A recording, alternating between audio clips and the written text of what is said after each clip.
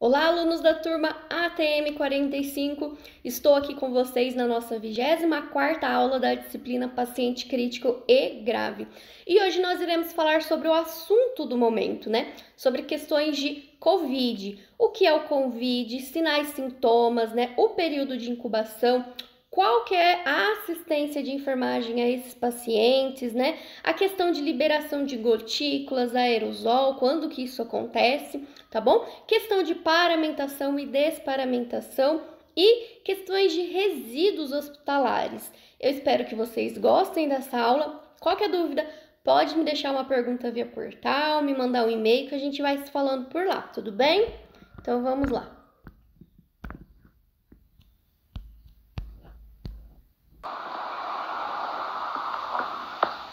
Covid-19. Os coronavírus são uma grande família de vírus comuns em muitas espécies diferentes de animais, incluindo camelos, gado, gatos e morcegos. Raramente, os coronavírus que infectam animais podem infectar pessoas, como exemplo do MERS-CoV e SARS-CoV. Então, o COVID, o coronavírus, ele é de uma grande família. Então, se vocês procurarem lá artigos científicos sobre coronavírus, desde 2003, 2004, já tem estudos desse vírus, do coronavírus, em animais, em morcegos, em gatos, no gado, Tem um estudo muito bacana que é esse tipo de vírus em cachorros, tá? Muito bacana esse vídeo aí, esse artigo também que eu posso deixar disponível aí para vocês. Mas até então nunca se foi detectado, um coronavírus, um tipo desse vírus no ser humano, no homem, E muito pior ainda, é um tipo de coronavírus que seja do homem e que seja transmitido por ele, tá bom? Então, aí desde dezembro de 2019, lá na China, em Wuhan, surgiu lá o primeiro caso de coronavírus no homem, que pôde ser transmitido de pessoa para pessoa, Tanto aí que se tornou uma pandemia, Um caso que aconteceu lá na China, ter atingido nós aqui numa cidade do interior do estado aí de São Paulo, tá? Para vocês verem o quanto é abrangente essa questão de contaminação comunitária, Então, uma pessoa, ela consegue infectar várias pessoas, e essas várias pessoas infectam mais várias pessoas, Recentemente, em dezembro de 2019, houve uma transmissão do novo coronavírus, o SARS-CoV-2, o qual foi identificado em Wuhan, na China, e causou a Covid-19, sendo em seguida disseminada e transmitida pessoa a pessoa. Então, disse aí as reportagens, os estudos aí que surgiram, que um homem teria comido aí, se alimentado de um morcego contaminado com o vírus do Covid-19, E a partir daí, ele começou a transmitir esse vírus para as demais pessoas, tá bom? O Covid-19 é uma doença causada pelo coronavírus, denominada SARS-CoV-2, que apresenta um aspecto clínico variando de infecções assintomáticas a quadros graves. Então, aí nesses estudos, que vem surgindo, a nossa pandemia, o nosso pico, ele começou a ser atingido de março, até agora, até o momento, Mas esse vírus, ele já está aí em disseminação desde dezembro, em que as pessoas, uma estava passando para outra, e essa contaminação.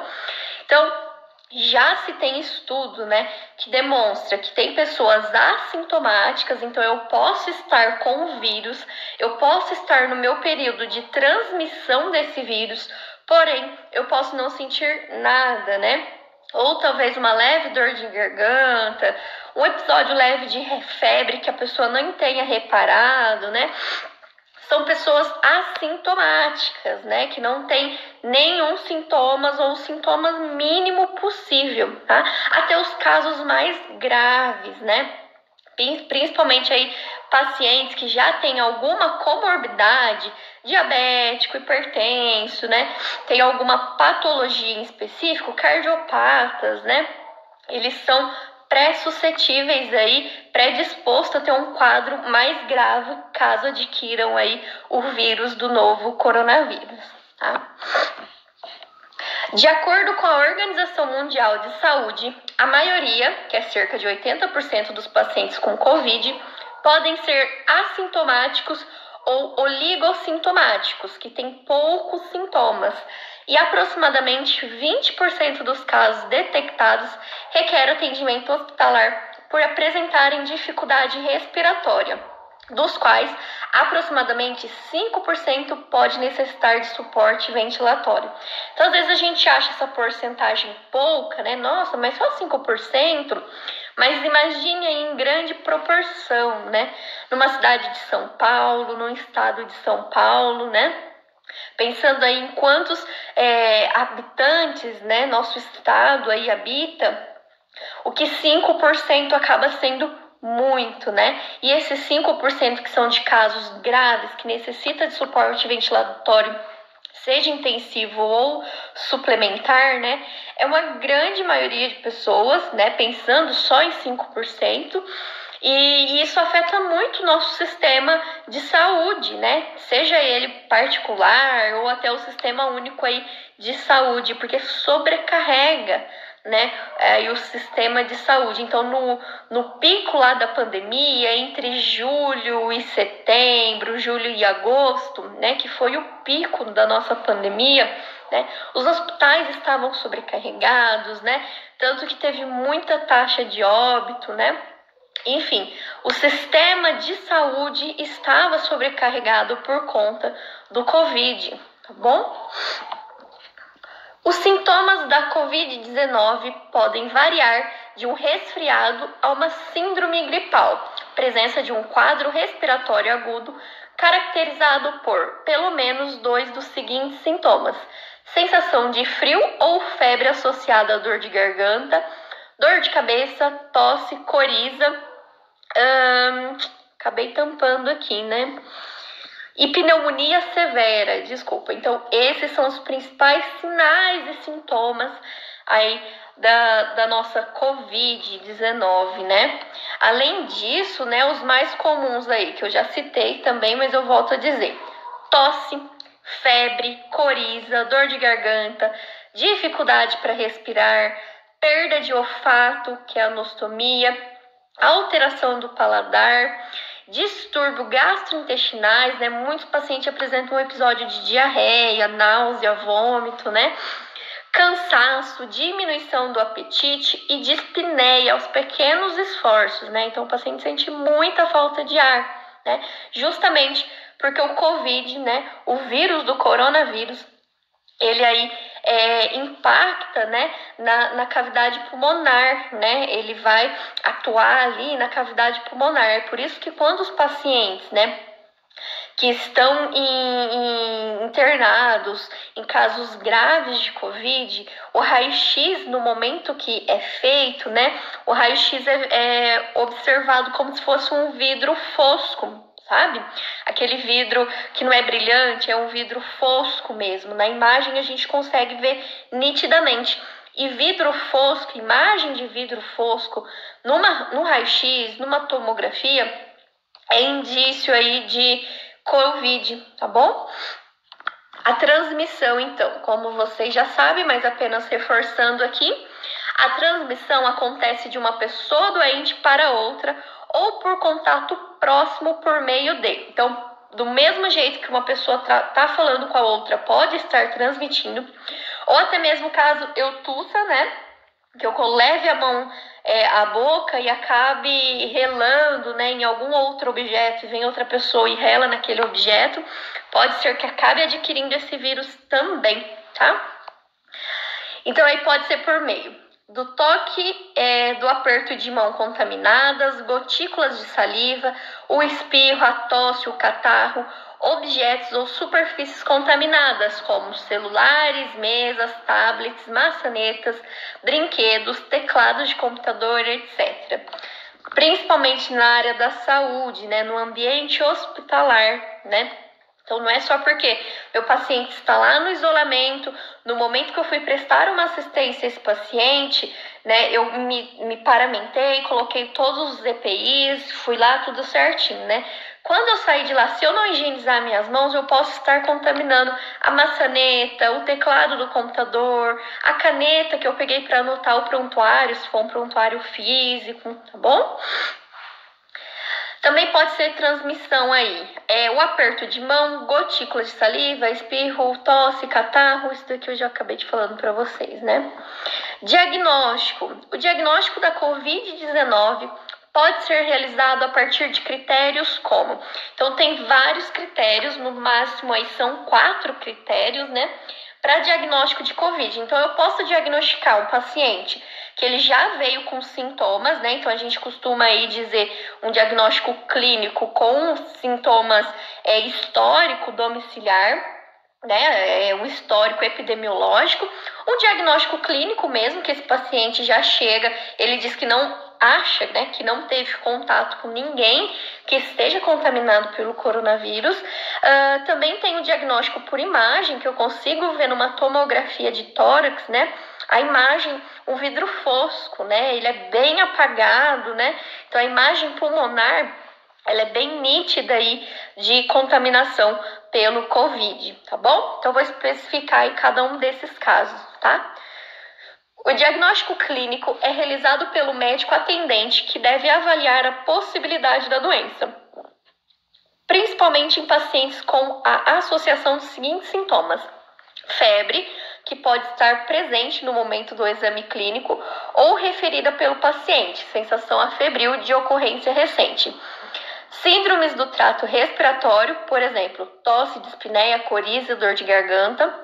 Outros sintomas consistentes, incluindo mialgias, distúrbios gastrointestinais, diarreia, náusea, vômito, perda ou diminuição do olfato ou perda e diminuição do paladar. Então, quando a gente fala em diagnóstico clínico, o paciente ele pode ter tido ou não contato com alguma pessoa, mas ele nitidamente chega com sintomas, né? Com um ou mais sintomas. Então, se relatou febre, mais alguns sintomas, o médico aí normalmente já está suspeitando de Covid, tá bom? Em criança, além dos itens anteriores, considera-se também a obstrução nasal, a desidratação e a falta de apetite. Na ausência de outro diagnóstico específico, e em idosos, deve-se considerar também critérios específicos de agravamento como síncope, confusão mental, sonolência excessiva, irritabilidade e falta de apetite. Como a gente consegue perceber aí, esses sinais e sintomas, eles são muito amplos, né? Então, é claro que ainda é uma doença, uma patologia aí, né? Uma infecção desconhecida por todos nós, né? Aos poucos a gente foi acabando, né? As grandes universidades foram acabando descobrindo esse vírus, né? A questão de diagnóstico, dos sinais e sintomas, mas nós podemos perceber que é muito amplo, né? Várias outras patologias, né? Pode apresentar lá sepse, pode apresentar cansaço excessivo, sonolência, confusão mental, né? Uma infecção aí, uma ITU pode causar aí uma confusão mental se o paciente estiver com um quadro aí de sepse ou um choque séptico, né? Então, esses sinais e sintomas, né? É claro que com essa pandemia, todos os profissionais de saúde estão muito alertas para esse vírus, né? Mas pode ser que o paciente esteja com esses sinais e sintomas e não seja Covid? Pode ser, mas isso será investigado mais a fundo, né? Acredito, assim, que essa pandemia aí do Covid acabou sendo a nossa nova realidade, né? Nosso novo normal, né? O uso de máscara, quem diria, né? Depois aí de tanto tempo, né? Na época da peste negra, né?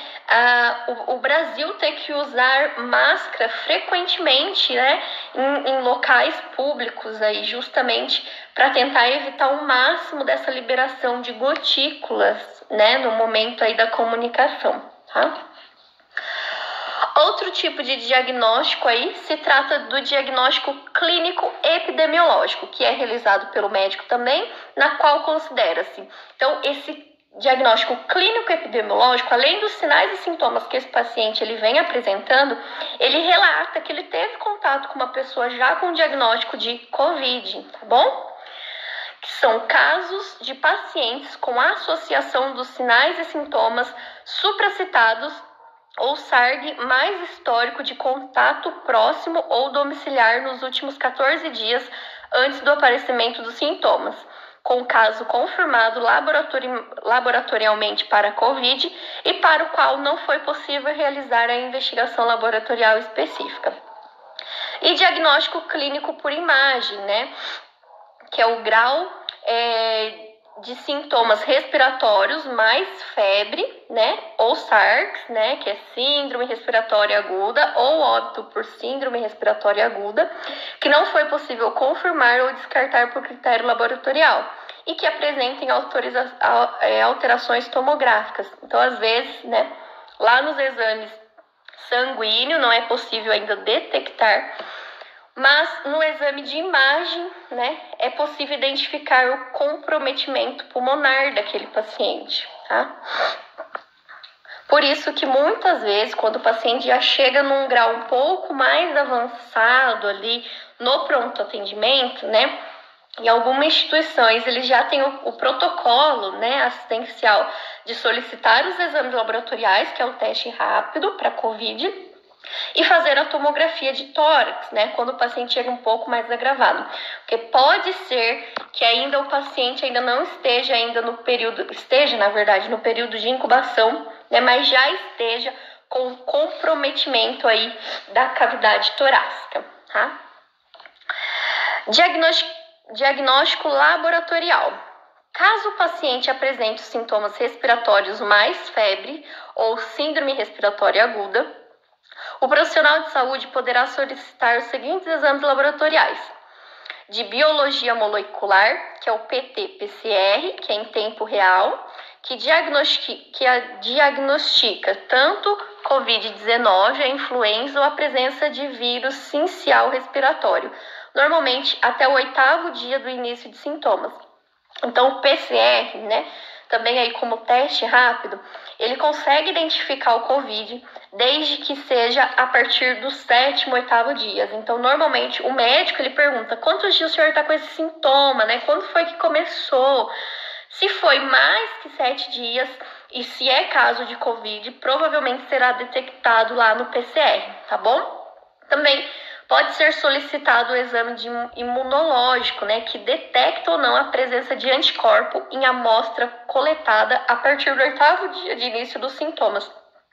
É nesse exame aí que a gente consegue identificar o IgG e o IgM, né? Então, o IgG e o IgM vai mostrar para mim se eu estou na fase ainda de transmissão, né? Se eu estou transmitindo ou se eu já tenho anticorpos para aquele vírus, que eu já não estou mais transmitindo e eu já criei anticorpos, né? Diagnóstico laboratorial em indivíduos assintomáticos. Então, o paciente não tem nenhum sintomas, mas ele pode acabar aí, por algum outro motivo, solicitando o exame laboratorial, né? Também é solicitado o exame de biologia molecular com resultado detectável de SARS-CoV-2, realizado pelo método PT-PCR em tempo real, e o exame imunológico com resultado reagente para IgM. Esse IgM, né, ele pode ser aí através da coleta de SWAB, que eu vou mostrar para vocês aí os tipos de coleta, né? Tanto sanguíneo, né, quanto de SWAB, que lá no SWAB a gente consegue detectar se esse paciente está transmitindo o COVID, o coronavírus ou não, tá? Período de incubação do coronavírus. Período de incubação é o tempo que leva para os primeiros sintomas aparecerem desde a infecção por coronavírus, que pode ser de até 14 dias. Então, o paciente adquiriu lá esse coronavírus, teve um tempinho ali, né? Começou a transmitir, né? Mesmo que no primeiro dia ele não tenha nenhum sintomas, ele pode já estar transmitindo, né? E nesse período de 14 dias, né, ele vai ter os sintomas lá pelo 5º, 8º dia, né? Então, provavelmente naquele primeiro, segundo, terceiro dia, ele já contaminou aí algumas outras pessoas, bom? Coleta de amostras. A coleta deverá ser através do aspirado de nasofaringe ou suave combinado, que é oral ou nasal, ou amostra de secreção respiratória inferior, que é o escarro, ou lavado traqueal ou lavado broncoalveolar. Então, essa coleta de amostra, ela é feita pelo suave, né? Então, esse suave, ele vai até a nasofaringe, a orofaringe, e é coletado 3 amostras, né? 1 em cada narina e 1 oral, tá? Então, vamos lá. É necessária a coleta de 3 amostras na suspeita de Covid-19. Coletar os suaves de nasofaringe e orofaringe. Deverão ser coletados 3 suaves, 1 suave de orofaringe e 2 suaves de nasofaringe, sendo 1 em cada narina. Então, 1 em cada narina e orofaringe, tá? Após a coleta, inserir os 3 suaves em um mesmo tubo de polipropileno, que é um tubinho, né, de 3 ml, ele já vem com uma solução lá dentro. Então, aí, depois que fez aí o procedimento da coleta de suave, né, que é movimento rotatório, coloca-se dentro desse tubinho aí de 3 ml, né, por meio de transporte viral. Lacrar e identificar adequadamente o frasco e manter refrigerado a 4 graus, né? Então, depois que eu coletei, eu tenho que identificar o frasco. Quem está fazendo a coleta aí, né, em várias instituições de saúde, é a equipe de enfermagem, tanto enfermeiro como técnico de enfermagem, e é claro que eles são treinados para coletar esse suave, tá bom? Como se proteger? Agora é isso aí, vocês já estão na ponta da língua, né? Mas vamos lá. As recomendações de prevenção à Covid-19 são as seguintes. Lave com frequência as mãos até a altura dos punhos com água e sabão, ou então higienizar com gel 70%, álcool em gel, né? Ao tossir e espirrar, cubra o nariz e boca com lenço ou com parte interna do cotovelo. Então, ao invés da gente colocar a mão na boca, né? Coloca-se o cotovelo, né? Não tocar olhos, nariz, boca ou a máscara de proteção facial com as mãos não higienizadas. Mantenha a distância mínima de 1 metro entre pessoas em locais públicos e de convívio social. Evite abraços, beijos e apertos de mão, né? Ainda mais o brasileiro que tem grande costume de abraçar, de relar, de tocar, né? Com essa pandemia aí, foram ser evitados todos esses tipos de afeto, né? Higienize com frequência o celular, brinquedo das crianças e outros objetos que não utilizados com frequência. Não compartilhe objetos de uso pessoal como tablets, talheres, toalha, pratos e copos. Mantenha os ambientes limpos e bem ventilados. Evite circulação desnecessária nas ruas, estágios, teatros, shoppings, shows, cinemas e igrejas. Levando em consideração aí que nós mudamos de fase, né? Muitos aí estabelecimentos voltaram a funcionar, é claro, com grandes restrições, né? Diminuição da capacidade, né? Distanciamento entre lugares, né? Se estiver doente, evite contato próximo com outras pessoas, principalmente idosos e doentes crônicos. Então, qualquer sintoma de resfriado ou qualquer sintoma, né, que envolva o que eu acabei de falar para vocês, de coronavírus, né, seja o mínimo aí, nossa, eu acordei espirrando, ontem eu tive um episódio de febre, estou com muita diarreia, né, evite contato com esses idosos, evite contato com doentes crônicos, tá bom? Durma bem e tenha uma alimentação saudável. Recomenda-se a utilização de máscara em todos os ambientes. A máscara de tecido, que são as caseiras, né, não são equipamentos de proteção individual, mas podem funcionar como uma barreira física, em especial contra a saída de gotículas potencialmente contaminadas.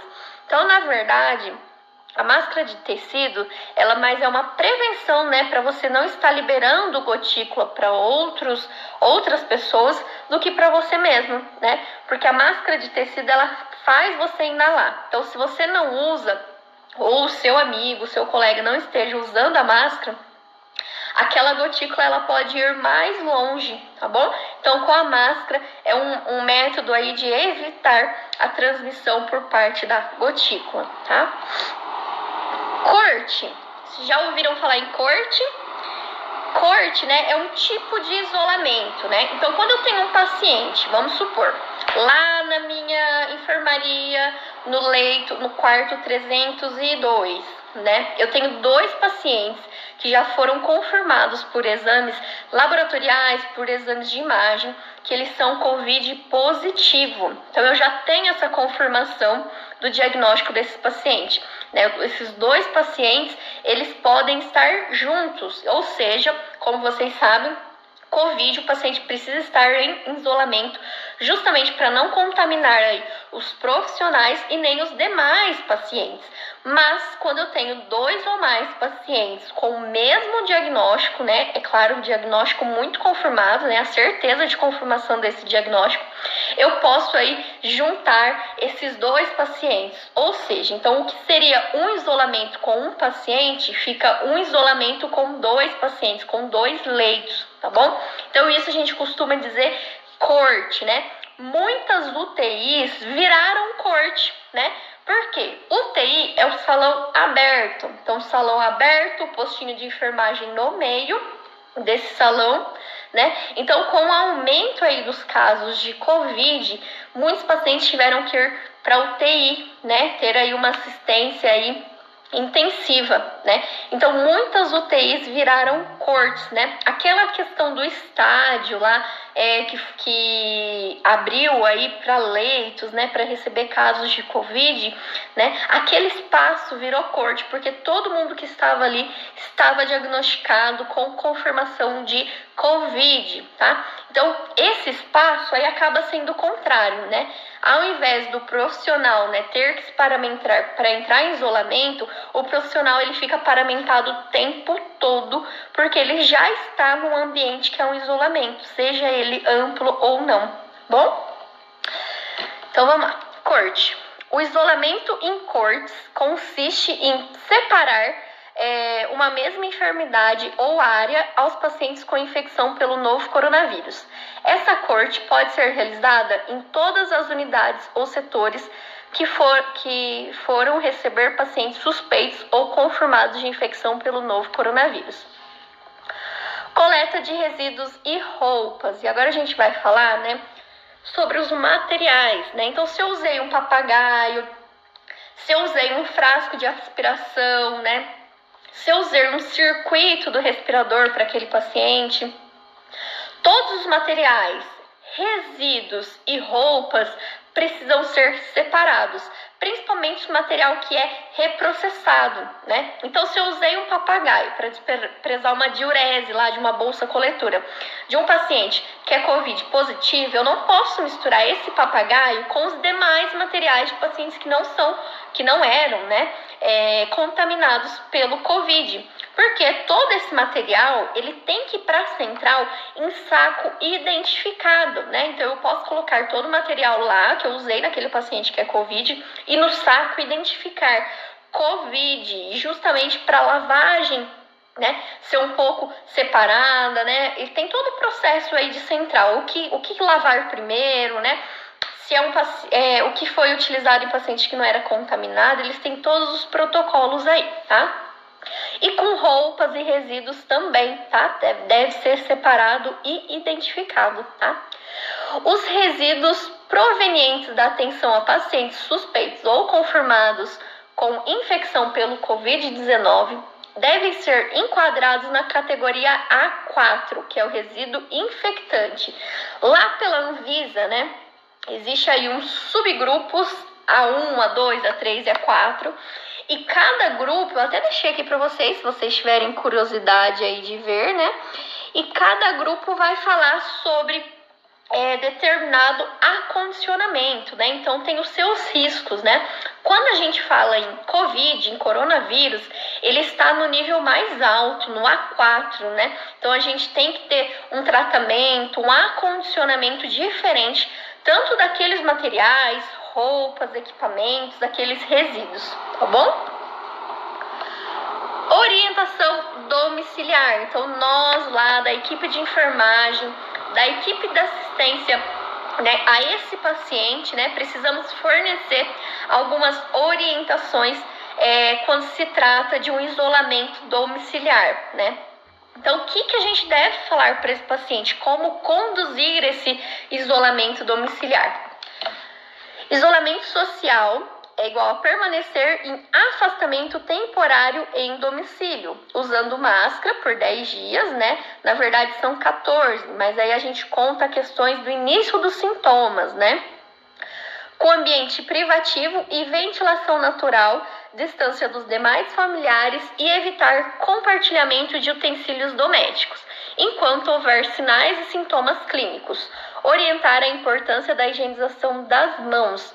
Restringir contato com outras pessoas. Então, quando esse paciente está em isolamento social, né, em isolamento domiciliar, não pode se receber visita, porque esse paciente ele pode estar transmitindo o vírus, né? E se caso esse paciente ele more com alguém, né, é preciso que esse paciente esteja aí dormindo em quartos separados, né, utilizando utensílios separados, mantendo a distância de 1 metro dos demais membros da família, usando máscara o tempo todo, tá? Isso tudo aí nos próximos 10, 14 dias, tá? Orientar que indivíduos próximos que tiveram sintomas procurem imediatamente os serviços de saúde. Lembrando que o período de incubação é de 14 dias, atestado para o trabalho se pertinente. Então, como esse paciente ele fica em total isolamento, ele aí muitas vezes é pertinente aí a solicitação de um atestado médico, tá? Se apresentar piora dos sinais e sintomas, voltar para o hospital usando máscara. Então, se esse paciente tiver um rebaixamento do quadro clínico, intensa dispneia, mal-estar, ele pode até procurar aí um atendimento hospitalar, desde que siga aí todos os padrões, né? Utilização de máscara, enfim. Assistência de enfermagem. Os pacientes com sintomas de infecção respiratória devem utilizar máscara cirúrgica ao chegar até o isolamento, assim como durante remoções de uma área a outra. Então, o paciente acabou de chegar, né? Se vocês forem em todas as instituições de saúde, todos os profissionais de saúde estão utilizando máscara, sejam elas cirúrgicas ou a N95, né? Então, independente de qualquer paciente que seja, o profissional de saúde está utilizando máscara, tá bom? A precaução padrão deve ser utilizada para todos os pacientes internados e precauções adicionais para gotículas e contato, para casos suspeitos e confirmados das infecções pelo novo coronavírus. Então, se meu paciente está lá na enfermaria, tá bem, utilizando um catéter, né? Ele vai ficar sem máscara? Não, a indicação é que esse paciente esteja de máscara, tá? Mesmo ele estando em isolamento, tá? Justamente para evitar a propagação de gotículas, tá? Alguns procedimentos realizados em pacientes com infecção suspeita ou confirmada pelo novo coronavírus podem gerar aerosóis. Então, esse tipo de coronavírus é por gotículas e contato. Mas se o paciente estiver entubado, se eu tiver que fazer uma aspiração, se ele apresentar tosse muito intensa, ele pode liberar aerosol, né, que fica ali parado ali na faringe. Então ele pode liberar o aerosol. É por isso que quando os profissionais de saúde eles vão entrar num quarto de isolamento, eles têm que se paramentar todos aí justamente se o paciente estiver numa intubação, se tiver uma parada cardiorrespiratória e tiver que intubar esse paciente, ele pode liberar aí aerosol, tá bom?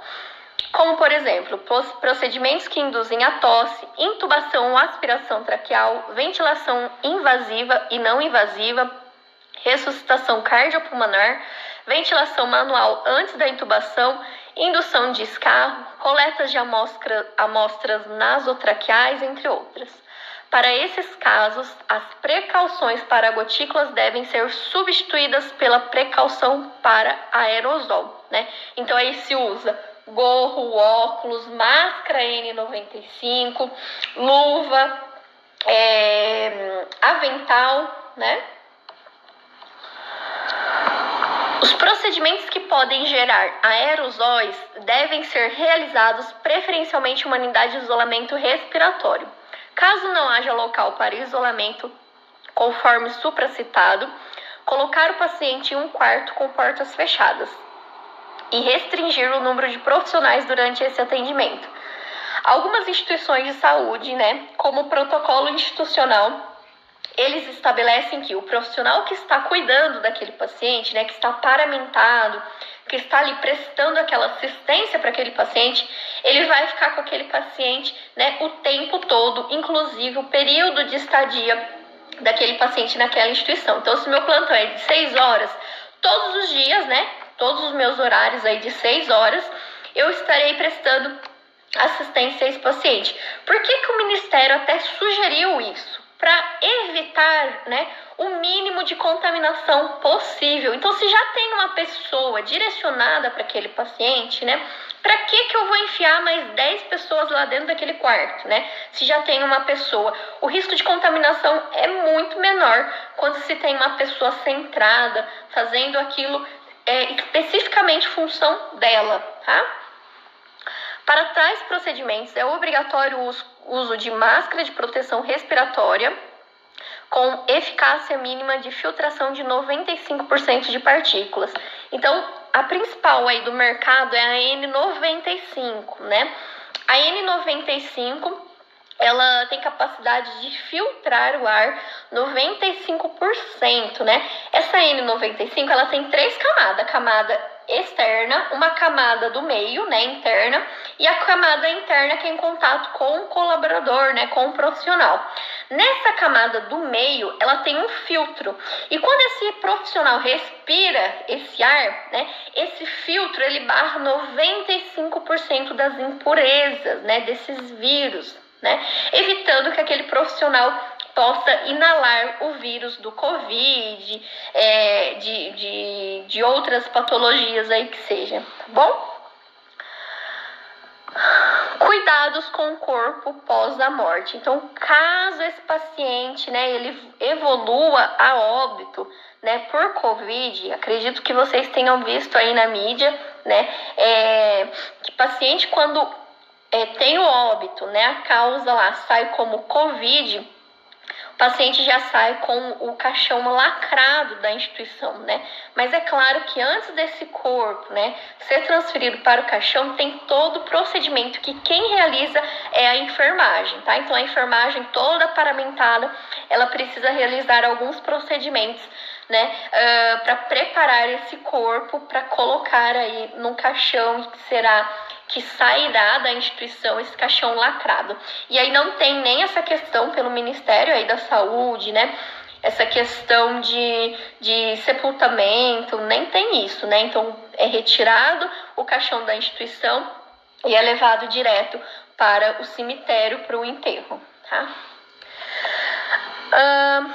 Permanecem as precaução padrão de controle de infecção e precauções baseadas na transmissão durante os cuidados com o corpo. Então, o profissional ele precisa estar paramentado mesmo que aquele paciente tenha evoluído para óbito, tá? Respeitando a dignidade dos mortos, sua cultura, religião, tradição e suas famílias. Permanecer no quarto ou área de isolamento apenas os profissionais necessários e todos devem utilizar óculos de proteção ou protetor facial, máscara cirúrgica, avental ou capote, né? Esse capote é um impermeável, né? Esse avental, ele é um descartável e esse capote, ele é um impermeável. E luvas de procedimento, tá? Em muitos casos, eles utilizam gorro também, tá?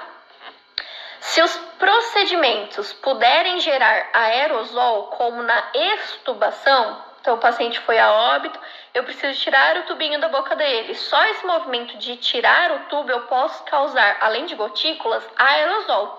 E se causar aerosol, eu preciso estar usando o gorro e a máscara N95, tá? Higienizar as mãos com água e sabonete líquido ou álcool a 70% antes e depois da interação com o corpo e o meio ambiente. Remover todos os dispositivos instalados no corpo, desinfectando e bloqueando os orifícios de drenagem de ferida e punção de catéter com cobertura impermeável.